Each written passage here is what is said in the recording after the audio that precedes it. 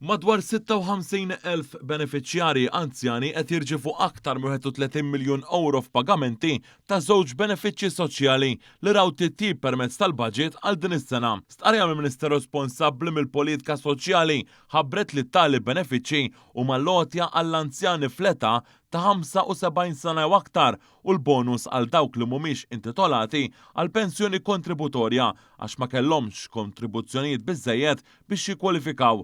Il-pagamenti issa jinkludu żidiet fir-rati fi żmien li dawn iż-żewġ miżuri ilhom fis-seħħ il-benefiċjarji diġà tħallsu b'kollox aktar minn 226 miljun euro. Minn barra li globalment żdiedu l-benefiċjarji, speċjalment dawk flotja għall-anzjani ta' 75 sena il fuq, fl-aħħar snin sar titjib sostanzjali fir-rati taż-żewġ benefiċċji. Iż-żieda fir-rati tal-għotja tal-anzjani hi ta' 75 euro biex issa qed tlaħħaq l-425 euro fis-sena għal dawk bejn 75 u 79 sena u ta' 525 euro fis-sena għal dawk minn 80 sena l fuq. Kollox qed jibbenefikaw kważi 43,000 persuna li għadhom jgħixu fid-djarhom jew maqrabathom inkella qed iħallsu minn butom biex jgħixu fid-djar tal-kura privati.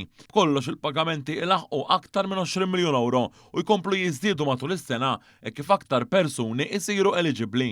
Fil-każ tal-bonus għal dawk li mhux intitolati għal pensjoni kontributorja minħabba bolon nieqsin, iż-żieda hi ta' 50 euro fid-disa rati differenti li jitħallsu li issa ivarjaw minn minimu ta' 600 euro lil minħallas sa sena bolla sa 1,050 euro għal minħallas sa 9 snin bolol. Din it-tmien darba li dawn ir-rati qed jiżdiedu minn meta il-bonus nieda fl-2015. Aktar minn 13,000 persuna l-aktar nisa miż-żewġin qed jirċievu kważi 11 miljun euro bejniethom. Dan il-bonus jitħallas darba fis-sena iżda dawk li jilħqu l-età matul is-sena u jikkwalifikaw l-ammont li jitħallsu ikun prorata mis-sena ta' wara jibdew jitħallsu l-ammont sieħ. Il-Ministru responsabbli Michael Falzon tenna li dawn il-benefiċċji u t-titjib fihom huma parti minn katina sħiħa ta' miżuri u żidiet li nataw fl-aħħar snin il-ben.